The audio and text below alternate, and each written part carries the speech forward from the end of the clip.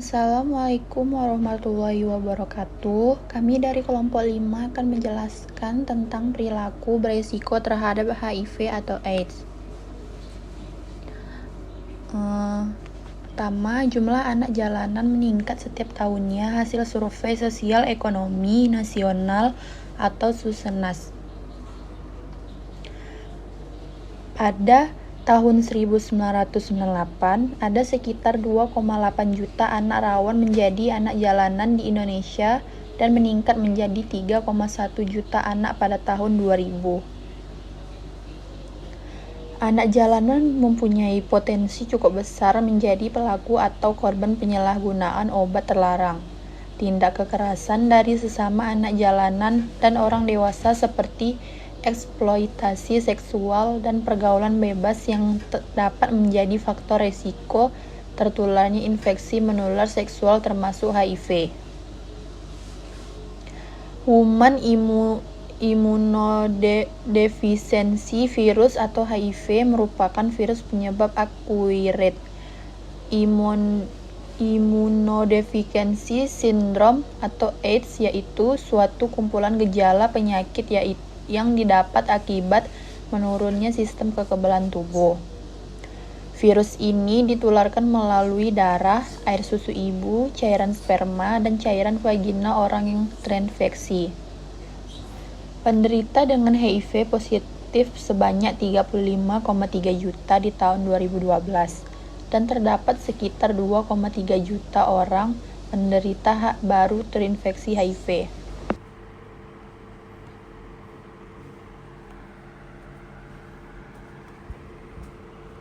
Perlu adanya pendampingan bersama LSM, psikolog saat melakukan pengambilan data serta pendekatan yang lebih intensif dalam jangka waktu yang lebih lama sebelum penelitian untuk mencegah kemungkinan terjadi underreporting mengenai perilaku beresiko dan bias antara jawaban yang diberikan anak jalanan karena permasalahan perilaku beresiko dalam penelitian ini merupakan hal yang sensitif.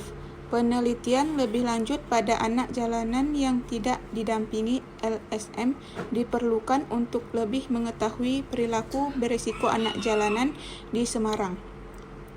Selain itu, perlu adanya penelitian lebih lanjut mengenai faktor-faktor apa saja yang mempengaruhi perilaku beresiko terinfeksi HIV pada anak jalanan, mengingat banyaknya jumlah anak jalanan yang telah memiliki perilaku beresiko. Upaya pencegahan penularan HIV dan pembinaan intensif pada anak jalanan penting dilakukan dengan koordinasi multidisiplin dari berbagai pihak, baik pemerintah, LSM, maupun masyarakat. Intervensi yang diberikan harus dapat meningkatkan pengetahuan, sikap pencegahan HIV, serta implementasi perilaku yang lebih aman.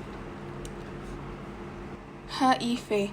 Penelitian mengenai prevalensi dan faktor risiko HIV pada anak jalanan telah dilakukan di beberapa negara. Beberapa dengan hasil penelitian di atas, hasil pemeriksaan HIV pada sampel 41 anak jalanan, penelitian ini seluruhnya 100% non-reaktif. Tidak ada satu sampel penelitian pun yang positif mengidap HIV. Hal ini disebabkan karena beberapa kondisi yang berbeda dengan berkaitan dengan perilaku beresiko HIV. Pertama, sampel penelitian penggunaan nafza suntik di penelitian ini menunjukkan jumlah yang sedikit, yaitu 2 anak. Semakin sedikit jumlah penggunaan nafza atau suntik, semakin sedikit pula risiko terinfeksi HIV. Terdapat sampel penelitian yang menggunakan jarum suntik yang steril dan tidak steril.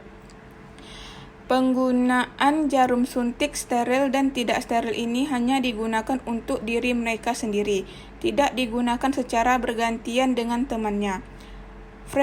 Frekuensi penggunaan jarum suntik lebih kecil bila dibandingkan dengan frekuensi penggunaan jarum suntik pada penelitian di BES.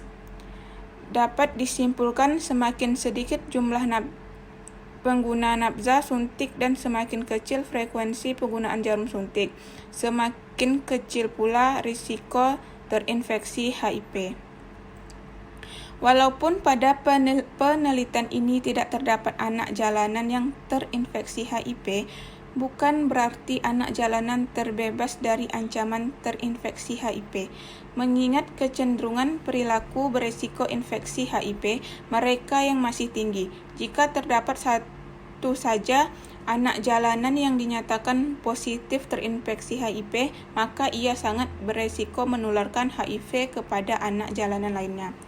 Terdapat beberapa keterbatasan dalam penelitian ini. Penelitian tidak melibatkan semua anak jalanan yang ada di Semarang, baik yang mendapatkan bimbingan dan pendampingan dari LSM maupun yang tidak mendapatkan bimbingan dan pendamping dari LSM. Karena keterbatasan waktu, selain itu tidak semua anak jalanan yang memenuhi kriteria